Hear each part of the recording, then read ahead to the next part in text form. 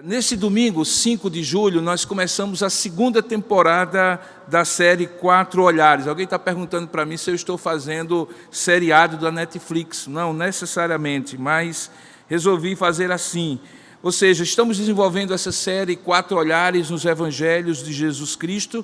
Fizemos a primeira temporada que tinha o título Princípios. Vimos como Mateus, Marcos, Lucas e João contavam o início da história de Jesus, e hoje vamos iniciar a segunda temporada, que tem como tema coadjuvantes.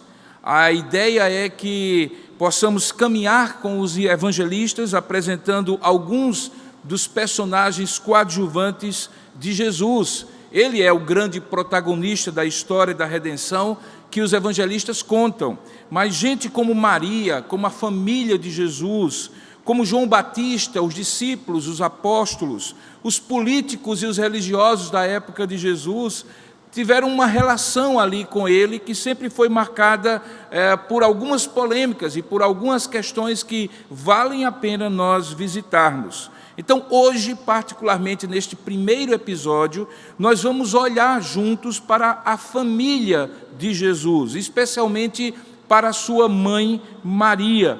Alguns chegam a chamar essa família de a Sagrada Família, incluindo aí a mãe de Jesus e José. Existe até uma festa dentro do catolicismo romano da chamada Sagrada Família, que é comemorada no calendário litúrgico um domingo após o Natal. Não é o nosso caso, porque como nós não entendemos desta maneira, não seguimos, a maioria dos protestantes não segue o calendário litúrgico e nem tenhamos uma festa específica para celebrar a família de Jesus, e inclusive para evitar determinada ênfase exagerada na figura de Maria e de José, porque o protagonista precisa ser sempre Jesus. No entanto, é importante nós olharmos para esta relação familiar e entendermos como os evangelistas apresentam essa figura que é muito importante para o nascimento de Jesus, que é Maria. O que há nos relatos dos evangelistas que possa nos dar uma correta compreensão do papel de Maria para a história da redenção, evitando-se, obviamente, os extremos, tanto de subestimá-la, como também de supervalorizá-la. Como eu gosto de falar, nem Maria de mais, nem Maria de menos.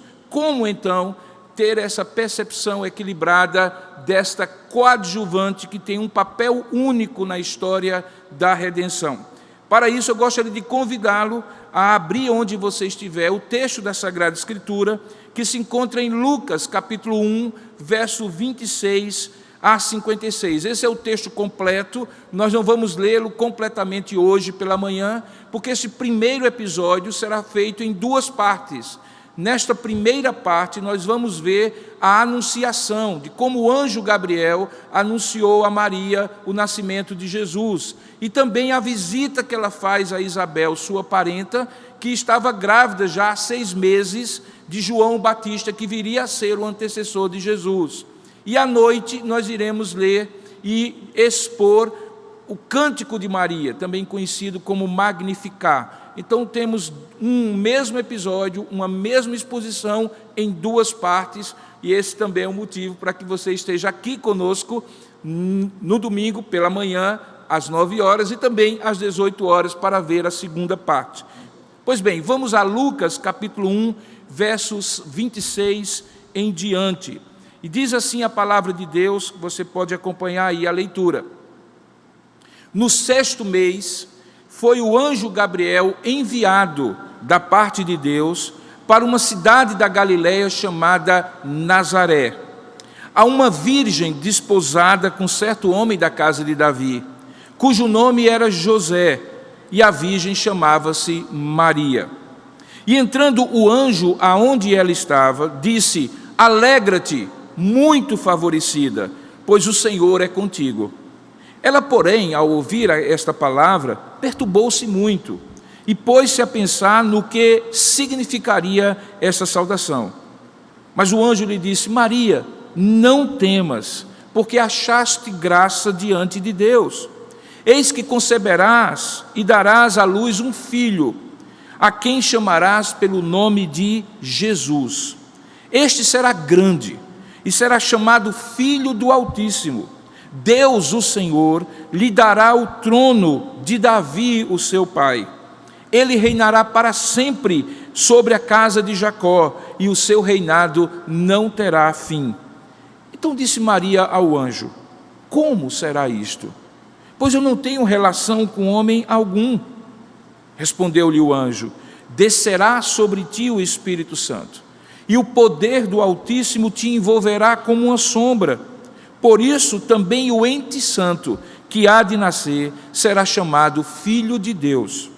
E Isabel, tua parenta, igualmente concebeu um filho na sua velhice, sendo este já o 6º mês para aquela que diziam ser estéril, porque para Deus não haverá impossíveis em todas as suas promessas. Então disse Maria: aqui está a serva do Senhor, que se cumpra em mim conforme a tua palavra. E o anjo se ausentou dela. Naqueles dias, dispondo-se Maria, foi apressadamente à região montanhosa, a uma cidade de Judá. Entrou na casa de Zacarias e saudou Isabel. E ouvindo a saudação de Maria, a criança lhe estremeceu no ventre.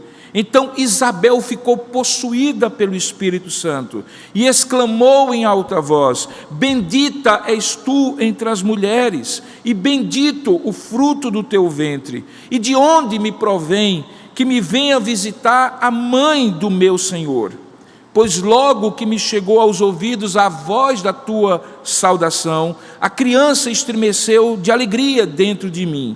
Bem-aventurada a que creu, porque serão cumpridas as palavras que lhe foram ditas da parte do Senhor. Que Deus abençoe a sua palavra. A segunda parte do texto nós vamos ler à noite na ministração às 18 horas. Vamos orar juntos, onde você estiver, e eu aqui, pedindo a Deus que ilumine e abra o nosso entendimento para ouvir e compreender a sua palavra. Ó Deus amado, rogamos que assim seja, que o Senhor abra o nosso entendimento, jogue luz sobre a tua palavra, luz do teu Espírito, aquele que inspirou esta palavra e que tem o poder de iluminar, esclarecer, nos fazer compreender, confiar nela e obedecê-la. Faça isso, Pai, a cada um que haverá de ouvir essa mensagem, agora, enquanto ela está sendo ministrada, e posteriormente, quando ela ficar à disposição. Faça isso, Pai, e nós te daremos toda a honra, toda a glória e todo o louvor. E assim oramos em nome e para a glória de Jesus. Amém. A primeira parte do relato de Lucas, que nós acabamos de ler, nos informa que Maria era de uma cidade da Galileia chamada Nazaré. Ou seja, Maria vivia justamente naquela região que não era das mais religiosas de Israel. Você deve lembrar que Mateus capítulo 4, verso 12 a 17, faz uma referência a um texto de Isaías, dizendo assim, que quando Jesus ouviu que João tinha sido preso, obviamente depois do texto que nós lemos, ele voltou para Galileia e, saindo de Nazaré, foi viver em Cafarnaum, que ficava junto ao mar da Galileia, na região de Zebulon e Naftali, para cumprir o que fora dito pelo profeta Isaías, o texto de Isaías no capítulo 9, onde se diz: terra de Zebulon, terra de Naftali, caminho do mar, além do Jordão, Galileia dos gentios, o povo que vivia nas trevas viu uma grande luz, e sobre os que viviam na terra da sombra da morte reinou uma luz. E daí em diante Jesus começou a pregar para aquele povo: arrependam-se, pois o reino dos céus está próximo. A palavra Galileia vem de Gali, que significa em hebraico pequeno círculo. Era uma região desprezada pelos outros judeus, principalmente aqueles que estavam na região da Judeia, perto de Jerusalém, o centro religioso que influenciava de alguma forma as práticas religiosas. Na Galileia era mais comum termos uma população mista, em grande parte gentílica. Havia poucos judeus, daí porque normalmente era conhecida como Galileia dos gentios. A palavra gentios é a palavra etnos, que vem que traz a ideia de etnia, de raças, de povos não judeus, pagãos, que são desconhecedores de Deus. No original, em hebraico, a palavra usada por Isaías no capítulo 9, que Mateus cita, para escuridão, é Moab, que dá uma ideia de penumbra, de tristeza, de melancolia. E essa penumbra é justamente o descaso ou a ignorância de Deus. E quando nós vamos analisando a história da Galileia, percebemos que era uma região que em nada favorecia o temor a Deus e o conhecimento do Senhor. Maria morava justamente numa pequena cidade, uma cidade absolutamente insignificante, chamada Nazaré da Galileia.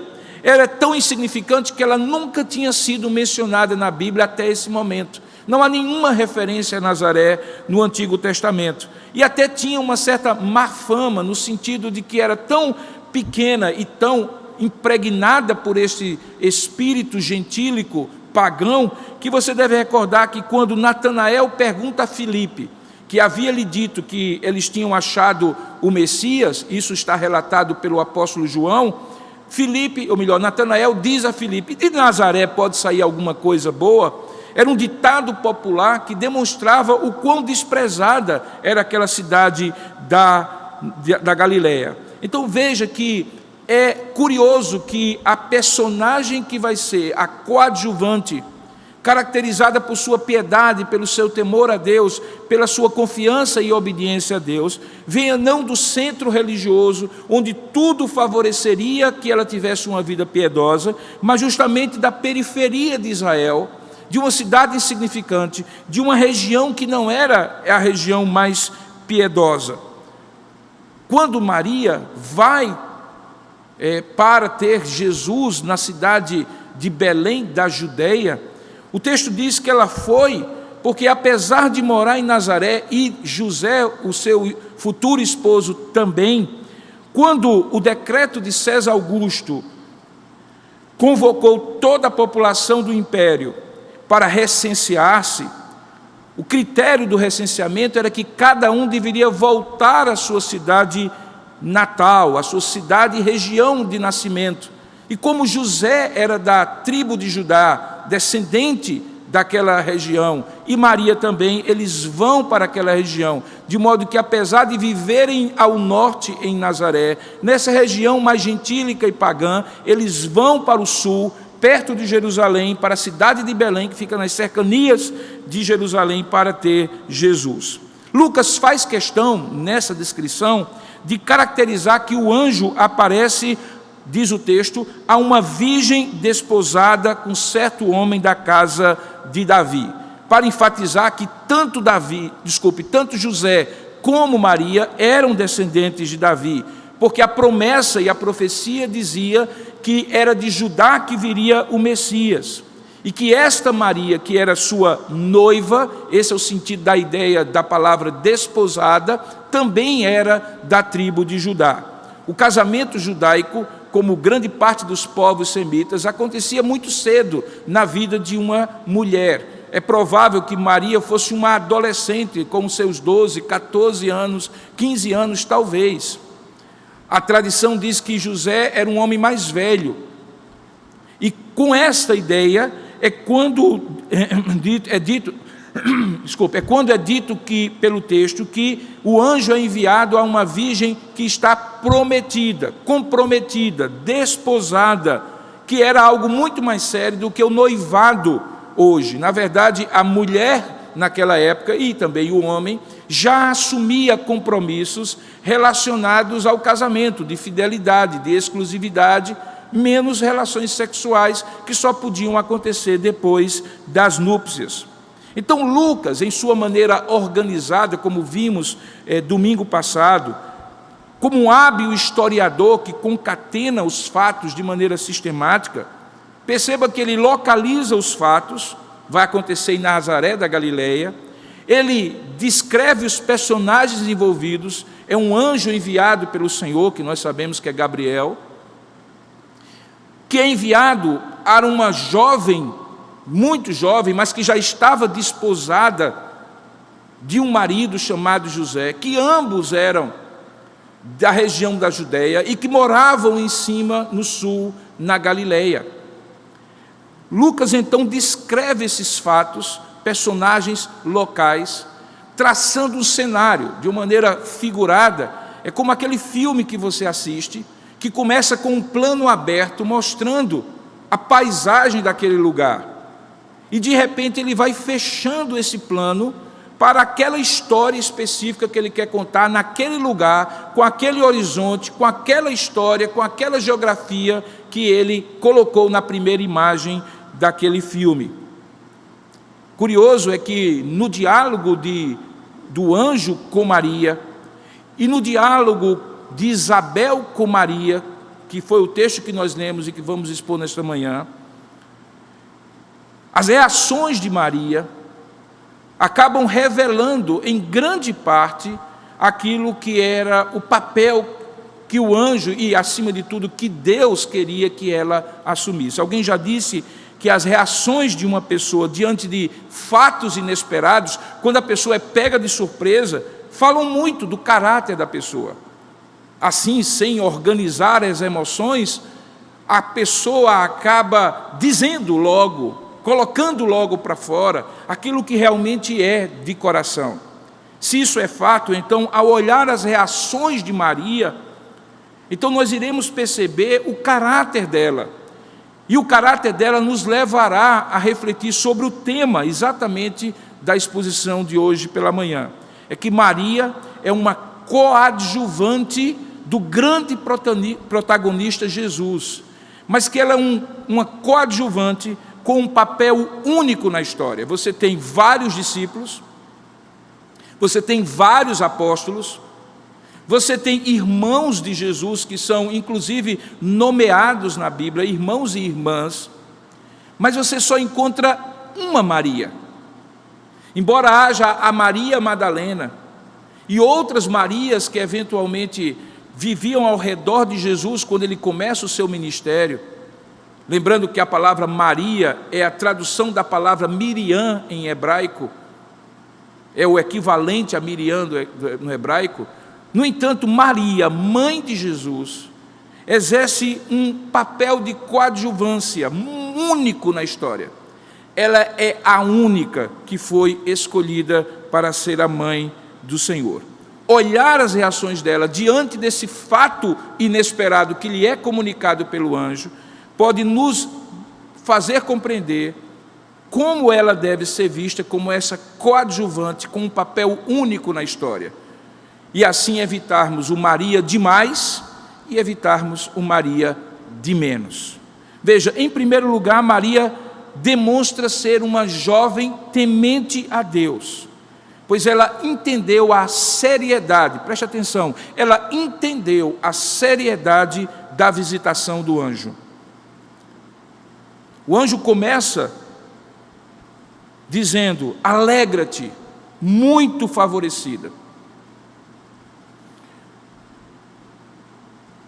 Jerônimo, quando traduz esse versículo, ele coloca na Vulgata Latina Ave Maria, que era a expressão usada naquela época. Ave no latim, obviamente, Ave Maria, cheia de graça, muito favorecida. O Senhor é contigo. Aquela saudação trazia um quê de solenidade, trazia uma lembrança aos muitos fatos do Antigo Testamento, quando em momentos muito importantes da história do povo de Deus, Deus escolhia visitar alguém para fazer um comunicado, às vezes por intermédio de um anjo. Esse comunicado frequentemente envolvia a escolha da pessoa para uma missão extraordinária. Nós estamos diante de uma anunciação que é uma visitação que traz uma missão para Maria. E ela compreende que aquele momento era atípico, era algo que somente reis, sacerdotes e profetas, juízes do povo de Deus no Antigo Testamento, grandes líderes do Senhor, tinham tido o privilégio de receber. Lucas então registra a reação de seriedade e de temor que Maria tem diante daquela anunciação. É dito no texto que nós lemos que Maria perturbou-se muito e se pôs a pensar no que significaria aquela saudação. O anjo reafirma a Maria que não havia razão para medo, para pavor, porque a visita era uma manifestação do favor divino e não de um juízo divino. Ele diz: Maria, tu achaste graça diante de Deus. A comunicação do anjo a Maria, queridos irmãos e amigos, é a mensagem mais importante que um mensageiro já entregou a uma pessoa individualmente. Nenhuma mensagem antes, nenhuma mensagem depois era mais importante, mudaria mais a história da humanidade do que aquela mensagem do anjo Gabriel a Maria. Esta, inclusive, era a razão porque Gabriel foi escolhido como anjo da anunciação. Porque, junto com Miguel, o arcanjo Miguel, são os dois únicos anjos que são tidos pelo nome na Bíblia Sagrada. Era um anjo que tinha uma grande importância na hierarquia angelical, tão importante que ele é escolhido para fazer a anunciação que vai marcar a história da humanidade para antes e depois de Cristo. Qual era o anúncio? O anúncio é: Maria, tu conceberás e darás à luz um filho, a quem chamarás pelo nome de Jesus. Este será grande e será chamado Filho do Altíssimo. Deus, o Senhor, lhe dará o trono de Davi, o seu pai. Ele reinará para sempre sobre a casa de Jacó, e o seu reinado não terá fim. O anúncio de quem seria o filho de Maria era extraordinário. Fica claro pelo próprio nome que é dado. Lembra que em Mateus capítulo 21 é dito a José que o nome que ele haveria de colocar no seu filho seria Jesus, porque ele salvaria o seu povo dos pecados dele. E Yehoshua, que é a tradução em hebraico para Josué, aqui chama-se Jesus porque significa o Salvador. Jesus significa o Salvador. Além disso, o anjo revela pelo menos um título que remete a passagens do Antigo Testamento extraordinárias. É dito que ele é Filho do Altíssimo. A palavra Altíssimo em hebraico é El Elyon, o Deus Altíssimo, o Deus que está acima de toda a realidade. E aqui, de maneira muito interessante, muito significativa, o anjo diz que Jesus é o Filho desse Deus para além de toda a realidade, desse Deus Altíssimo. Nunca no Antigo Testamento havia sido dito que esse Altíssimo teria um filho, mas agora a humanidade de Jesus e a divindade de Jesus são sintetizadas num único título: Filho do Altíssimo. No anúncio, além do nome e além do título, é dito que ele será o herdeiro eterno do trono de Davi. Isso dava ainda mais peso à anunciação. Esta anunciação é diferente de qualquer outra que foi feita a outras mulheres, também contempladas com o favor divino por darem à luz filhos.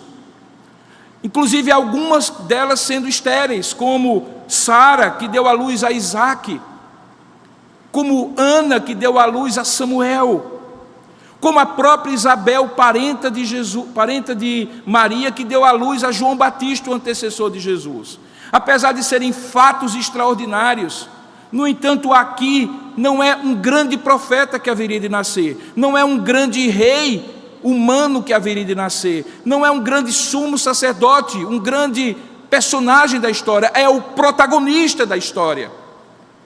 Perceba que Maria teme aquele momento, porque era inusitado, era atípico, não era para todo mundo, mas também porque no conteúdo do anúncio fica claro para ela que ela estava sendo distinguida de todas as outras mulheres, porque a ela estava dando-se o privilégio de ser a mãe do Salvador, o descendente eterno do trono de Davi, aquele cujo reino não teria fim, o Filho do Altíssimo seria gerado no seu ventre.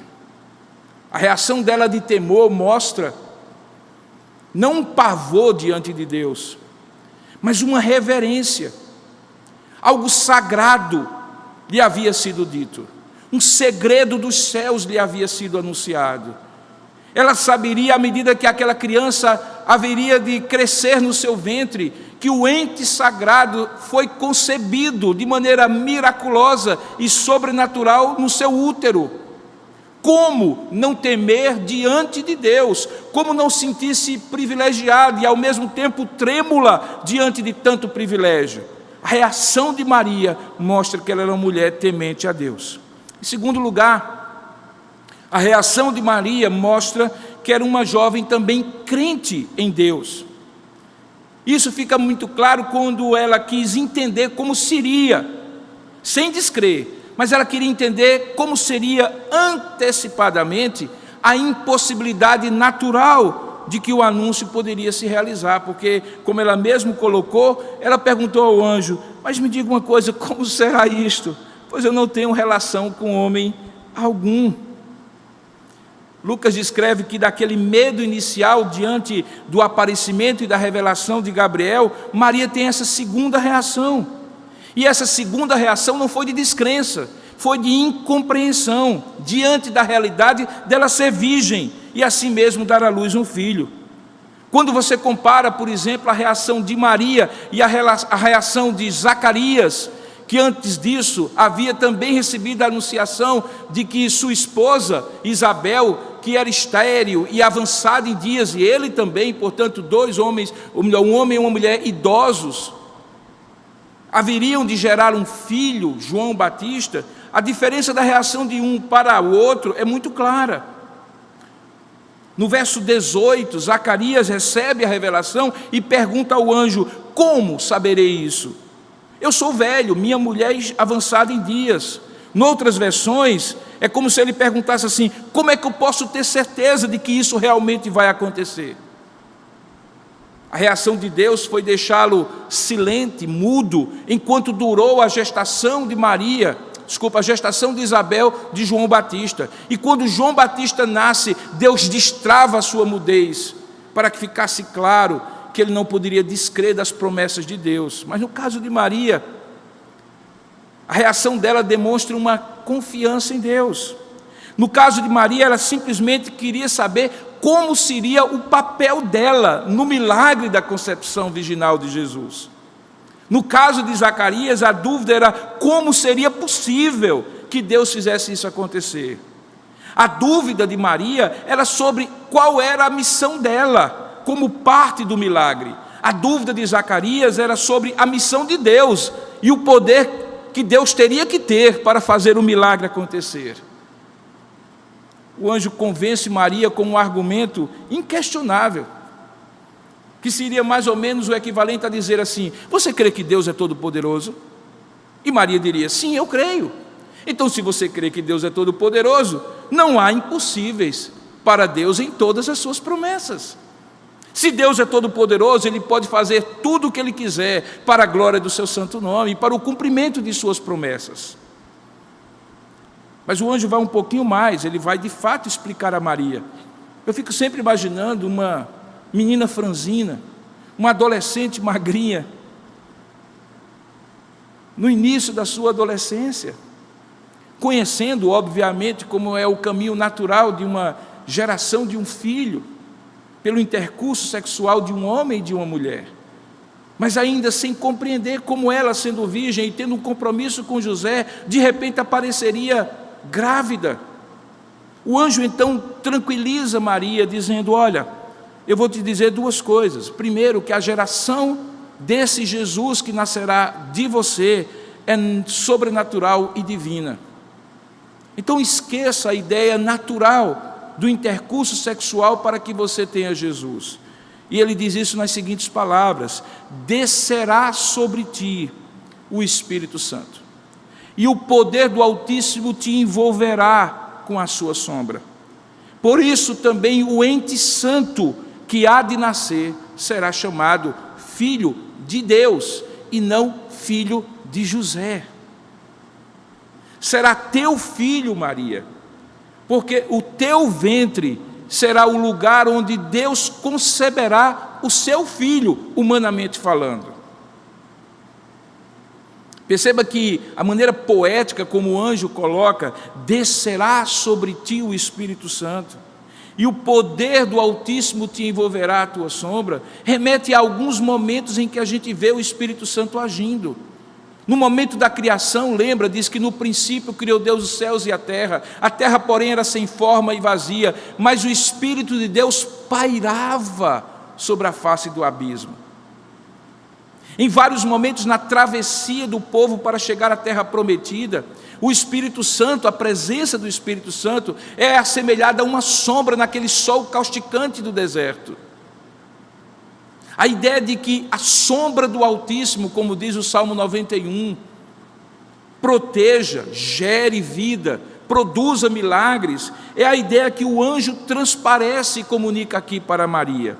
Descerá sobre ti o Espírito Santo, e o que é impossível aos homens não será impossível a Deus.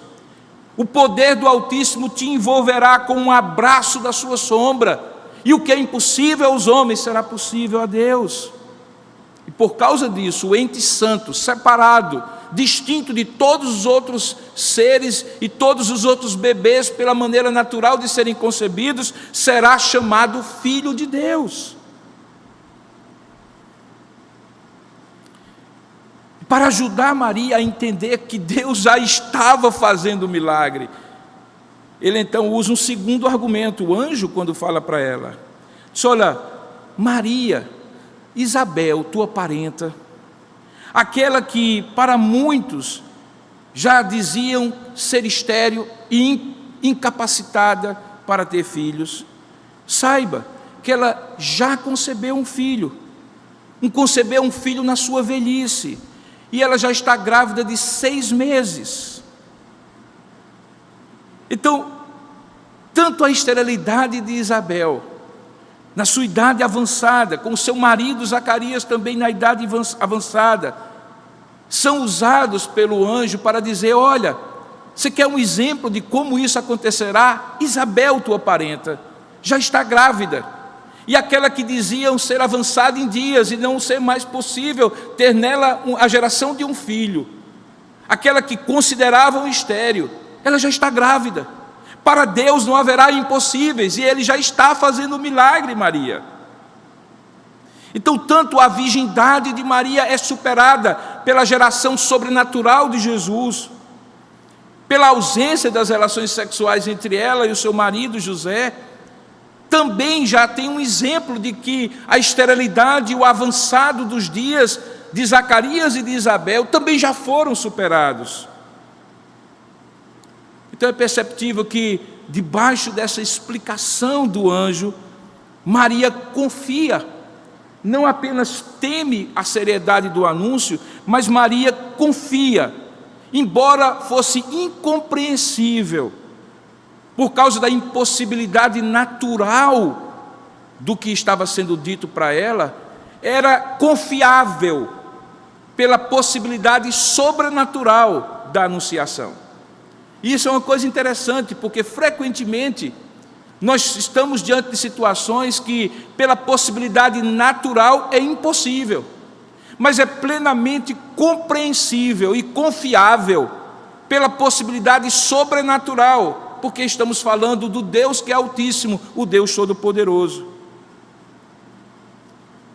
Quando depois ela vai visitar a sua parenta Isabel, a própria Isabel testifica no versículo 45, de que naquele momento em que o anjo falou com ela, Maria foi uma mulher que confiou em Deus, porque ela diz assim: bem-aventurada é aquela que creu, porque serão cumpridas as palavras que lhe foram ditas da parte do Senhor. Então a primeira reação de temor, de reverência diante da seriedade do anúncio, é completada agora por uma segunda reação, que é a reação da confiança. E uma confiança, queridos irmãos e amigos, que era absolutamente sobrenatural, porque estava envolvido uma série de riscos.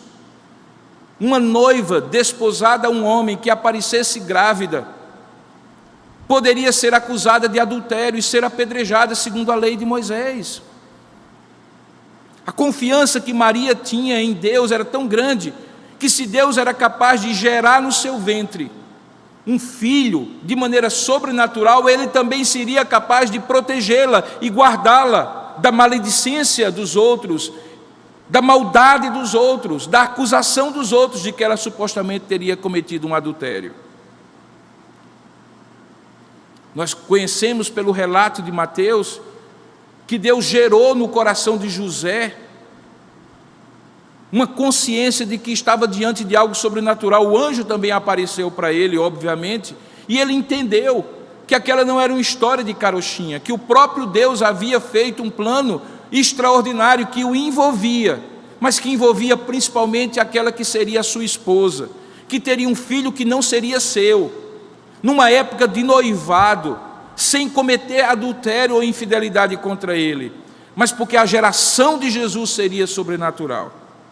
E Maria confiou nisso, e por causa da confiança, Deus honrou aquela serva do Senhor. Então vimos o temor, vimos a confiança como reações de Maria, e em terceiro e último lugar, nós veremos que Maria era uma jovem obediente a Deus, porque a sua terceira reação foi: aqui está a serva do Senhor, que se cumpra em mim, conforme a tua palavra. É curioso, porque Maria caminha o caminho da piedade que todo servo e toda serva de Deus devem ter: temor, confiança e obediência. Maria teme diante da seriedade do anúncio. Maria confia mesmo diante da impossibilidade do anúncio. E Maria obedece, cumprindo a sua missão que lhe foi anunciada.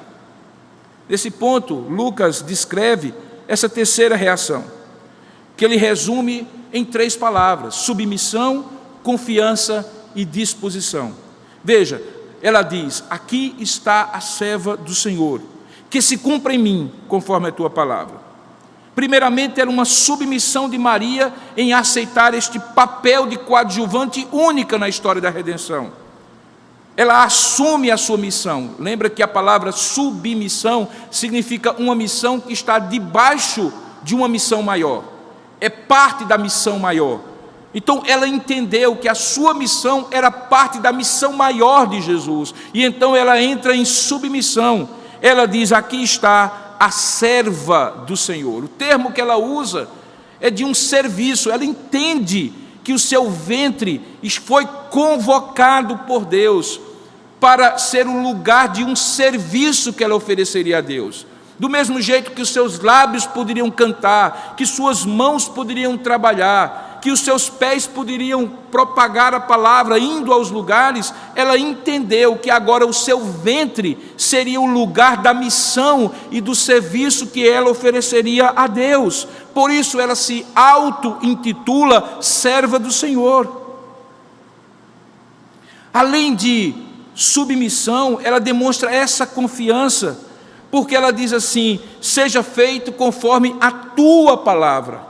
Essa expressão que inclusive Jesus usaria depois, quando algumas pessoas pedem a ele algo, e ele diz: seja feito conforme a tua fé, seja feito conforme a tua palavra, é aqui usada anteriormente por Maria para dizer assim: eu confio, mas eu confio na tua palavra, Senhor, que o Senhor está anunciando para mim. Então era submissão, era confiança e era disposição.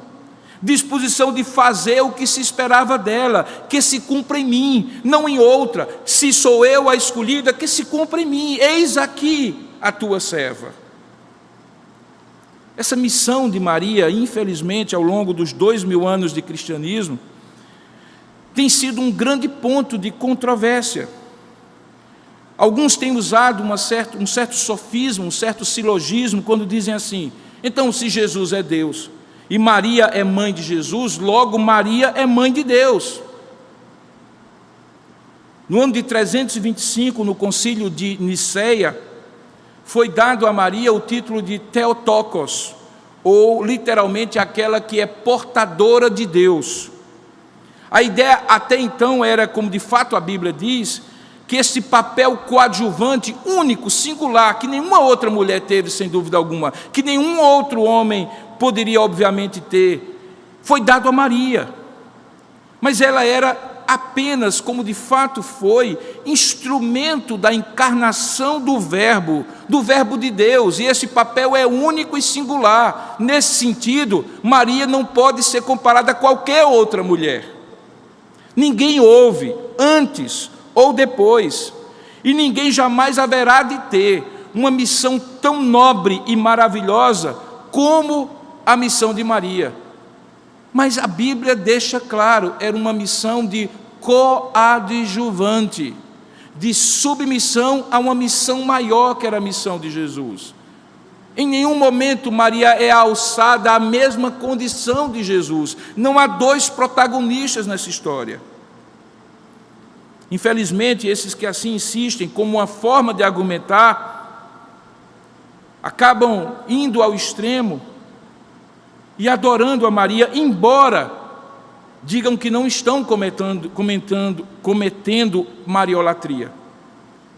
Chegam a distinguir o verbo latreia de adorar e dizem estar fazendo uma hiperdulia, ou seja, algo que é uma veneração oferecida a santos e a mártires cristãos, a dulia, que no caso de Maria seria hiperdulia.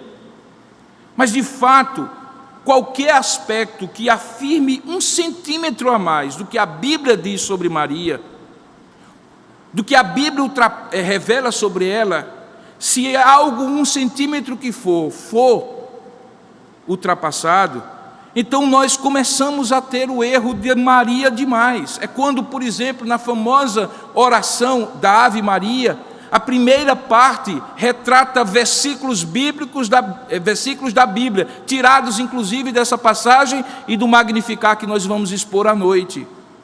Mas na segunda parte, quando começa a rogai por nós pecadores, ali está a Maria demais, porque em nenhum momento foi dada a Maria a intercessão por pecadores.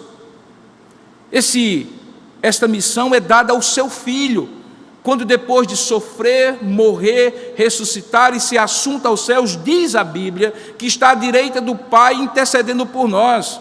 Intercessores nós só temos dois: o Espírito Santo que habita em nós, que geme com gemidos inexprimíveis quando nós não sabemos orar como convém, e o Filho de Deus, que já ressuscitado e assunto aos céus, está à direita do Pai, intercedendo por nós.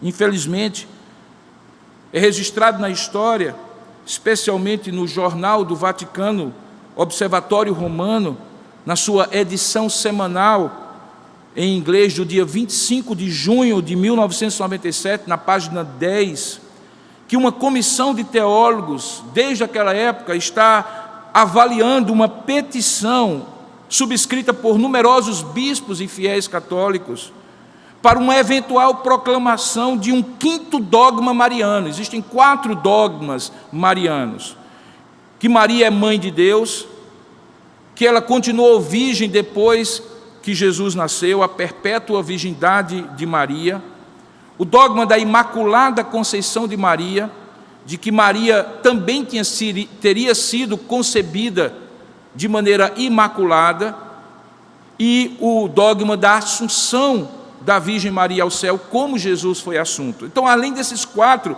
essa comissão estuda a possibilidade de declarar um 5º dogma mariano, que seria tornar Maria advogada, medianeira e corredentora de toda a humanidade diante de Deus. E, obviamente, isso não está na Bíblia. Ela é uma coadjuvante única, poderíamos dizer uma coadjuvante de luxo. Não é um papel de figurante que Maria tem na história da redenção. Mas quando ela se coloca em submissão, em obediência e em disposição, fica claro que Maria compreende que a sua missão está debaixo da missão de Jesus e, portanto, ao se chamar de serva, ela compreende que não merece nenhum desses títulos que os homens lhe querem dar. À noite, nós vamos ministrar o 4º ponto, que é quando focaremos a nossa atenção sobre como a própria Maria cantou no Magnificat esta missão. Certamente um dos cânticos do Natal mais belíssimos, que é o Cântico de Maria.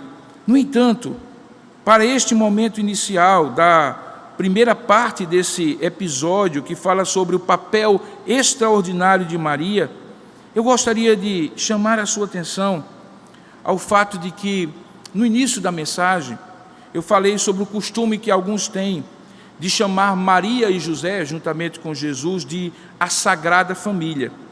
Isso me faz lembrar aquela famosa Catedral da Sagrada Família, que é o monumento mais visitado de Barcelona, na Catalunha, no país da Espanha. Em 1882, ela foi iniciada no estilo neogótico. Mas apenas um ano depois, o famoso arquiteto catalão Antônio Gaudí assume a obra e faz um replanejamento completo. E nesse replanejamento ele prevê que aquela catedral, diferentemente de outras catedrais, teria 18 torres. Infelizmente, Gaudí só consegue completar uma das torres quando morre em 1926. Aquela catedral foi originalmente concebida para ser aquilo que na teologia romana chama-se de templo expiatório, ou seja, não haveria nenhum fundo oficial da Igreja Romana, mas pessoas que iriam doar para aquela construção teriam supostamente uma isenção ou uma diminuição naquilo que elas tinham que fazer para sair do purgatório para o céu, uma espécie de expiação dos seus pecados. Ainda hoje, se você for a Barcelona, ontem mesmo ela foi reaberta aos profissionais de saúde que estão na pandemia, lutando na linha de frente. Se você for hoje para Barcelona e visitar aquela catedral, você perceberá que existem guindastes, porque ela ainda está em construção. A previsão é que ela seja concluída em 2026, o ano do centenário da morte de Gaudí. Milhões de visitas acontecem anualmente àquela catedral. E quem já teve a oportunidade de visitá-la, sabe que ela é magnífica. Primeiramente, ela tem 3 fachadas. Em cada uma das fachadas, um aspecto da vida de Jesus é expresso. Existe a fachada do nascimento, que obviamente é dedicada ao nascimento de Jesus, que é uma fachada decorada, cheia de vida. Existe uma fachada da paixão, que é um pouco mais austera, mais simples, e reflete, obviamente, o sofrimento de Jesus durante a crucificação, e é uma fachada da glória, que é uma fachada principal, muito maior e mais monumental. As 8 torres, das 18 torres que Gaudí previu no projeto, dessas 12 são dedicadas aos apóstolos, os 12 apóstolos. 4 dessas torres são dedicadas aos 4 evangelistas. Uma é dedicada à Virgem Maria e a outra a Jesus. Os planos de Gaudí é que, para demonstrar a distinção na hierarquia religiosa desses personagens, as torres tenham altura diferente. Então a torre de Jesus, quando concluída, terá 170 metros. A de Maria, 125 metros. E a dos evangelistas, 120 metros. A ideia de Gaudí era deixar claro que o grande protagonista não poderia ser outro, senão o Filho de Deus. Mas perceba, logo após Jesus, viriam aqueles que nas torres representados estariam como participantes e coadjuvantes importantes da história de Jesus. Eu não acredito particularmente que essa é a melhor forma de honrar a memória de Maria e dos apóstolos. Mas é significativo que fica claro para aquele arquiteto que a torre maior, mais significativa, daquela que é chamada a Catedral da Sagrada Família, seja do grande protagonista da história. Agora, lembre de uma coisa que eu falei domingo passado.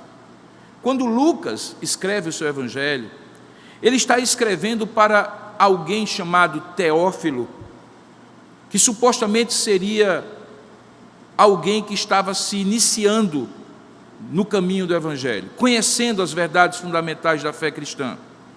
E o propósito do seu Evangelho, fica muito claro, era para que Teófilo, diante do relato sistemático que ele fazia, tivesse plena certeza das verdades em que ele fora instruído. Agora eu lhe pergunto, coloque-se no lugar de Teófilo, você que está me assistindo. Imagine você como alguém recém-iniciado no caminho do Senhor. lendo essa passagem da anunciação de Jesus, da visita dele a Maria, como nós vamos expor à noite, e do Magnificar, que é o cântico de Maria, como tudo isso faria você, assim como Deus queria, assim como Lucas queria que Teófilo tivesse, como faria tudo isso você ter a plena certeza na qual você foi instruído.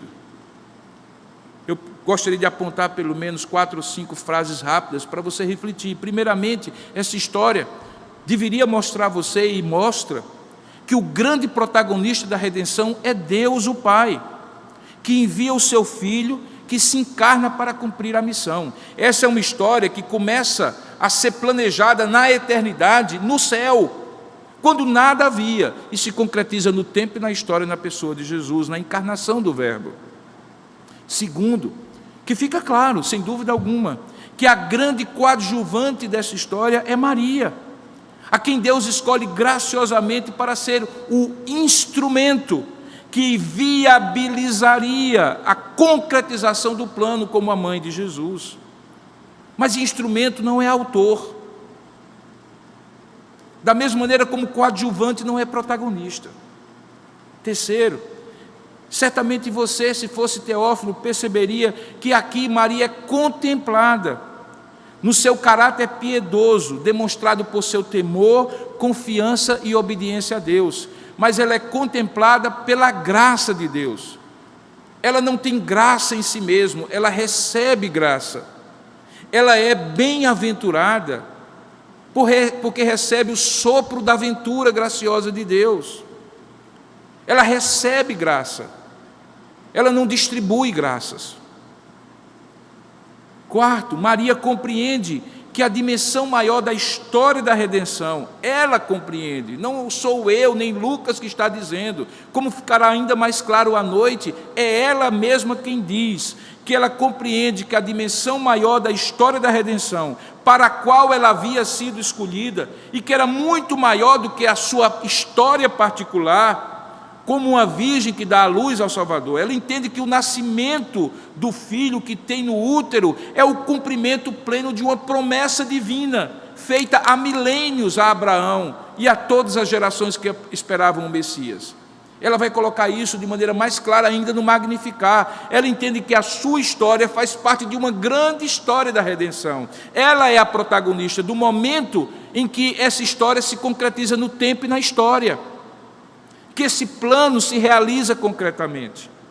E, finalmente, Maria compreende as implicações amplas da chegada de Jesus para todas as pessoas, para todos os envolvidos que vão se encontrar, os outros coadjuvantes que nós vamos apresentar nessa segunda temporada da série 4 Olhares, pessoas com as quais Jesus interage em vários momentos da sua história, e ela entende que para cada uma dessas pessoas há implicações e repercussões profundas pelo simples fato de Jesus ter vindo e nascido entre nós, se ter feito carne, gerado no seu ventre, no ventre da bendita Virgem Maria.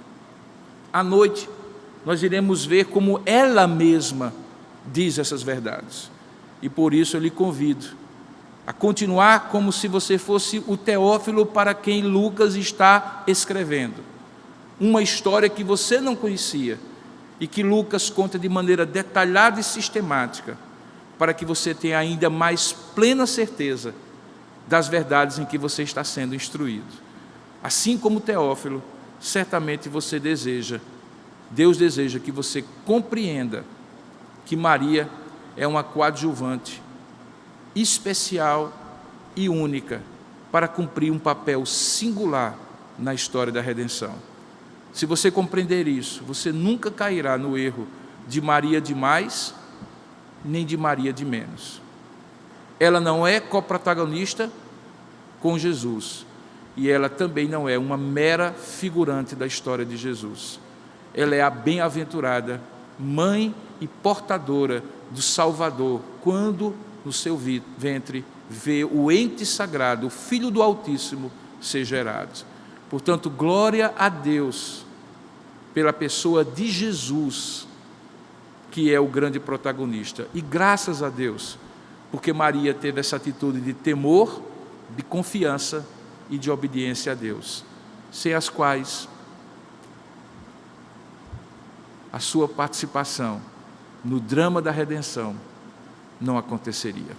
Só aconteceu por causa do temor, da confiança e da obediência de Maria. Que Deus o abençoe com essa certeza, que possa esclarecer, confortar e demonstrar para você que talvez seja também um coadjuvante na história da redenção, alguém que participa hoje, no tempo atual, dessa história para o seu tempo e para a sua geração.